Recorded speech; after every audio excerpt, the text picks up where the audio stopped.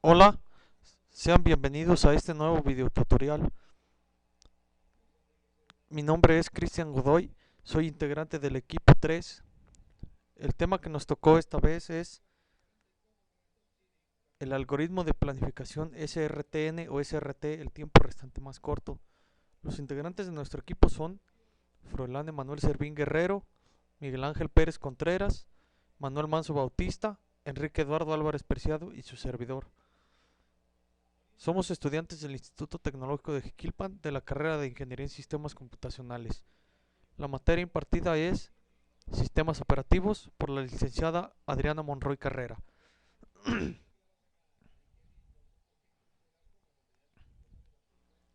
La planificación SRTN selecciona sobre la base del menor tiempo restante. La planificación SRTN puede ser implementada en su variedad expropiativa o no expropiativa. La versión no expropiativa del SRTN se denomina primero el trabajo más corto, SJF, Shortest Job First. En cualquier caso, cada vez que se invoca el planificador SRTN, este busca en la correspondiente cola de lotes o de preparados el trabajo o proceso con el menor tiempo de ejecución restante. Esto quiere decir que el planificador SRTN es una variante del SJF, pero con expulsión, o sea, con apropiación de los recursos. Sin expropiación, el planificador SRTN es invocado cada vez que se completa un trabajo o que el proceso en ejecución cede control al sistema operativo. En la expropiativa, cada vez que ocurre un suceso que hace que un nuevo proceso esté preparado.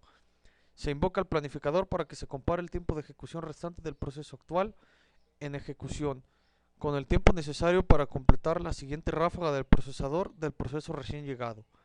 Dependiendo del resultado del proceso en ejecución, puede continuar o puede ser expropiado y sustituido con el proceso con tiempo restante más corto. Si es expropiado, el proceso en ejecución se une a la cola de preparados. SRTN es una disciplina de planificación probadamente óptima en cuanto que minimiza el tiempo medio de espera de una carga de trabajo determinada.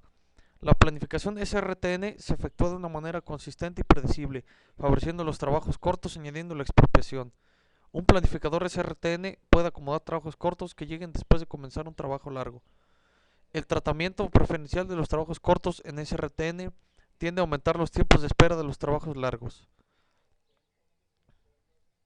En pocas palabras, la planificación por el tiempo restante más corto, a diferencia de SJF, es apropiativa, lo cual ayuda a los sistemas operativos de tiempo compartido. En SRT, el proceso que esté en la lista de listos y que tenga el menor tiempo estimado de ejecución para terminar es el primero en ejecutarse, incluyendo los nuevos.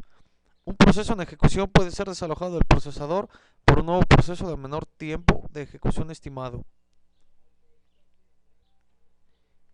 Y aquí vamos a tener un ejemplo de cómo se aplica el algoritmo SRT. Dice, supóngase la llegada de 5 procesos en diferentes tiempos con diferentes necesidades de ejecución, como se muestra en la siguiente tabla. Tenemos el proceso A, proceso B, proceso C, proceso D, proceso E, cada uno con un tiempo de llegada y con una necesidad diferente de CPU en medida en milisegundos, también conocida como ráfaga. Tenemos que el proceso A tiene un tiempo, llega en el tiempo cero, su necesidad de CPU es de 6 milisegundos, o ráfaga también se le podría llamar. Tenemos al proceso B que llega en el tiempo 1 y sus necesidades de 2 milisegundos. El proceso C que llega en el tiempo 2 y su necesidad es de 3 milisegundos. El proceso D, su tiempo de llegada es en el tiempo 3, su necesidad es de 2 milisegundos. El proceso E, su tiempo de llegada es en el tiempo 4 y su necesidad es de 1 milisegundo. De acuerdo a la política de atención dentro de SRT, la forma en que se atienden los procesos es de esta forma y vamos a crear una pequeña gráfica llamada diagrama de Gantt para representar cómo se administran los procesos dentro del procesador mediante el planificador SRT. Aquí debemos de tener en cuenta los tiempos de llegada, tanto como la necesidad de CPU por parte de los procesos. Recuerden que SRT toma en cuenta primero los procesos cortos que a los procesos largos. Tenemos primero que en el tiempo 0 llegó un proceso, este sería el proceso A, con una necesidad de 6 milisegundos. Al no haber otro proceso antes que él, se ejecuta un milisegundo antes de y pasa un tiempo. Es cuando entonces entra un segundo proceso en el tiempo 1, que sería el proceso B, con una necesidad de 2 milisegundos.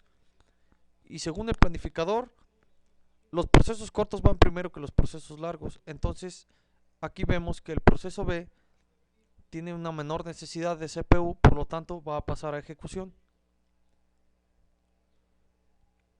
Luego tenemos que en el tiempo número 2 acaba de llegar un nuevo proceso, que sería el proceso C, con una necesidad de 3 milisegundos. El planificador lo que hace es compara en la lista de listos y el proceso que está en ejecución, cuál de los tres es el menor, con menor necesidad de CPU para poder mandarlo a ejecución. En este caso compara con B, que se está ejecutando, se ha ejecutado un tiempo, le queda 1 milisegundo, y compara con A, que le quedan 5 milisegundos, porque recordemos que del tiempo 0 al tiempo 1 quemó un tiempo de ejecución, así que le quedan solamente 5 milisegundos. Al comparar entre los tres vemos que el B que está en ejecución es el menor, ya que le queda solo 1 milisegundo, por lo tanto se queda en el CPU para ejecutarse, termina su proceso y sale de ejecución. Luego tenemos que en el tiempo 3 llega un nuevo proceso, que sería D, con una necesidad de 2 milisegundos. A continuación, el planificador lo que hace es compararlo con los otros dos procesos que están en la lista de listos, que sería con A con 5 milisegundos y con C con 3 milisegundos. De esos tres sabemos que es D el menor, por lo tanto pasa a ejecución. Se ejecuta y termina su tiempo. Recordemos que en el tiempo número 4 llega un nuevo proceso. Sería el proceso E, con una necesidad de 1 milisegundo. Al estar D en ejecución y tener el mismo tiempo la misma necesidad de CPU, se respeta la prioridad que tiene D dentro del procesador y se deja ejecutar. Después se compara en la lista de listos los procesos que quedaron allí, entre el proceso A con una necesidad de 5 milisegundos, el proceso C con una necesidad de 3 milisegundos y el proceso E con una necesidad de 1 milisegundo. Entonces, ahora sí pasa a ejecución el proceso E, se ejecuta, termina y sale de ejecución, quedando solamente dos procesos en la lista de espera o de listos, que sería el proceso C con 3 milisegundos y el proceso A con 5 milisegundos. En este caso pasa a ejecutarse C hasta que termina, quedando solamente A en la lista de listos. Al no haber ningún otro proceso menor, pasa a ejecución hasta que termina.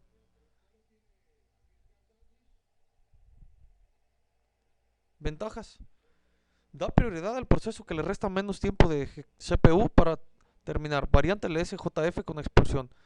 Optimiza la media del tiempo de espera y rendimiento. Los procesos llegan a la cola y solicitan un intervalo de CPU. Si dicho intervalo es inferior al que le falta al proceso en ejecución para abandonar la CPU, el nuevo proceso pasa a la CPU y el que se ejecutaba pasa a la cola de listos. Desventajas: el intervalo de CPU es difícil de predecir. Posibilidad de inanición: los trabajos largos no se ejecutarán mientras haya trabajos cortos. Y aquí tenemos un ejercicio un poco más explicado sobre cómo trabaja el algoritmo de planificación SRT. Vamos a explicarlo. Tenemos en este caso 4 procesos nuevamente: el proceso 1, proceso 2, proceso 3 y proceso 4. Cada uno con un tiempo de llegada, una ráfaga o necesidad de CPU. El primer proceso, el proceso 1, llega en el tiempo 0 con una ráfaga o necesidad de 7 milisegundos. El proceso 2 llega en el tiempo 2 con una ráfaga o necesidad de 4 milisegundos. El proceso 3 llega en el tiempo 4 con una necesidad de 1 milisegundo. Y el proceso 4 llega en el tiempo 5 con una necesidad de 4 milisegundos. Procedemos a crear nuestro diagrama de Gantt. Y vemos que en el tiempo 0 llega el primer proceso, entonces es el que pasa a ejecución. Revisamos el tiempo 1, no llega nada, sigue ejecutándose el proceso 1 hasta el tiempo 2, que es cuando nos indica que llega un nuevo proceso. Antes de esto, el planificador le resta 2 milisegundos de ejecución al proceso 1 debido a que estuvo 2 tiempos de en el procesador, quedando como resultado que le queda una necesidad de 5 milisegundos. Como ya decía, en el tiempo 2 llega un nuevo proceso, que sería el proceso 2, con una necesidad de 4 milisegundos. El planificador compara entre este nuevo proceso y el proceso que está en ejecución para ver cuál es el que tiene menor necesidad. Al ser el proceso 2 el que tiene menor necesidad, saca de ejecución al proceso 1 y lo manda a la lista de listos. En cambio, el proceso 2 se ejecuta.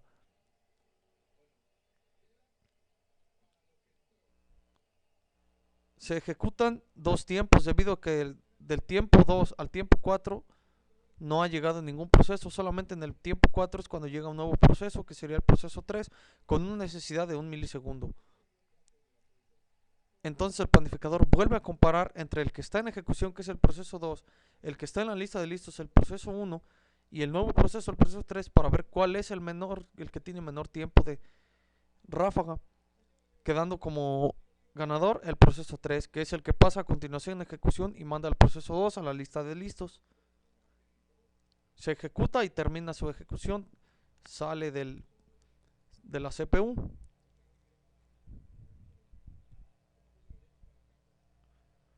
Luego llegamos al tiempo 5, que es donde llega un nuevo proceso, que sería el proceso 4, con una necesidad de 4 milisegundos. El planificador compara entre la lista de listos cuál es el menor, el que menor tiene necesidad de CPU de los tres que están ahí. Y en dado caso sería el proceso 2, que tendría 2 milisegundos de necesidad de CPU. Recordemos que ya se había ejecutado 2 milisegundos antes, debido a que entró en el tiempo 2 al procesador. Se ejecuta hasta el tiempo 7, termina su ejecución y sale de la CPU, quedando solamente dos procesos en la lista de listos, que sería el proceso 1 con una necesidad de 5 milisegundos y el proceso 4 con una necesidad de 4 milisegundos. Volvemos a recordar que del tiempo 0 al tiempo 2 se ejecutaron dos tiempos del proceso 1, por eso quedan solamente 5 milisegundos de ráfaga. El planificador decide entonces que es el proceso 4 el menor y es el que pasa a ejecución. Se ejecuta y termina su tiempo, el cual sale de la CPU, quedando solamente el proceso 1 con una necesidad de 5 milisegundos. Nuevamente les recuerdo que si llega algún proceso menor al proceso 1, a la lista de listos, es el que pasa a ejecución, quedando esperando en la lista de listos el proceso 1. Pero en este caso, como no llega ningún nuevo proceso a la lista de listos, entonces el proceso 1 pasa a ejecución hasta que termina su tiempo, que terminaría en el tiempo 16.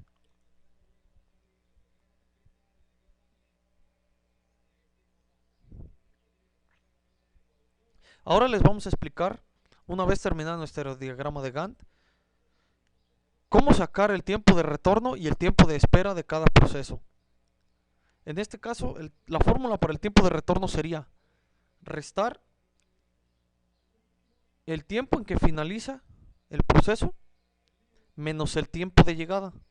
En este caso, el tiempo en que finaliza el proceso 1 sería en el tiempo 16, menos el tiempo en que en que entró el proceso por primera vez a la CPU, que sería el tiempo 0, quedando como resultado 16 milisegundos. Esto se va a hacer para todos los demás procesos que estén en la lista.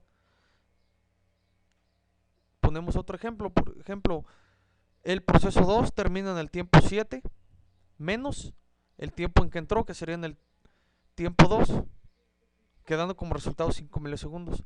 Una vez sacados todos los valores de nuestros procesos que están en la lista, se suman los resultados y se dividen entre el número de procesos que hay en la lista, que en este caso serían 4 procesos, quedando como resultado 7 milisegundos en el tiempo de retorno.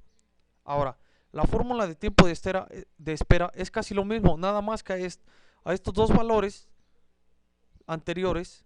Por ejemplo, al proceso 1, la fórmula nos dice que se le va a restar también el tiempo en que finaliza menos el tiempo de llegada menos su ráfaga original, o sea, su necesidad original de CPU, es lo que se va a restar. En este caso sería terminó en el tiempo 16 menos el tiempo en que empezó, que sería el 0, menos su necesidad o ráfaga, que sería 7 milisegundos, quedando como resultado 9 milisegundos.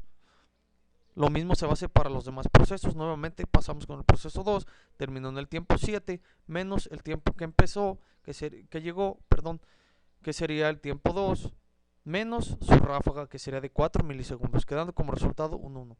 Nuevamente se suman estos valores que nos dan y se dividen entre el número de procesos que tenemos en la lista, que sería 4, quedando como resultado 3 milisegundos de tiempo de espera. Y aquí tenemos una comparación entre lo que es el algoritmo SRT y el SJF.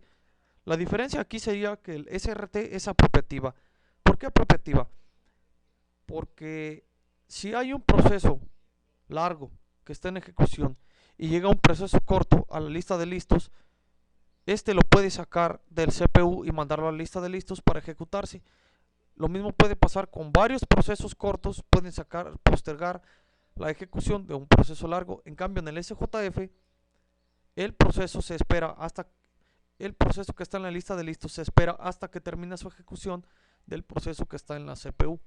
Pero en los dos tienen en común que respetan primero los procesos cortos sobre los procesos largos. Sería todo de nuestra parte, amigos. Muchas gracias por su atención. Espero les haya gustado y nos veremos para la próxima. Muchas gracias.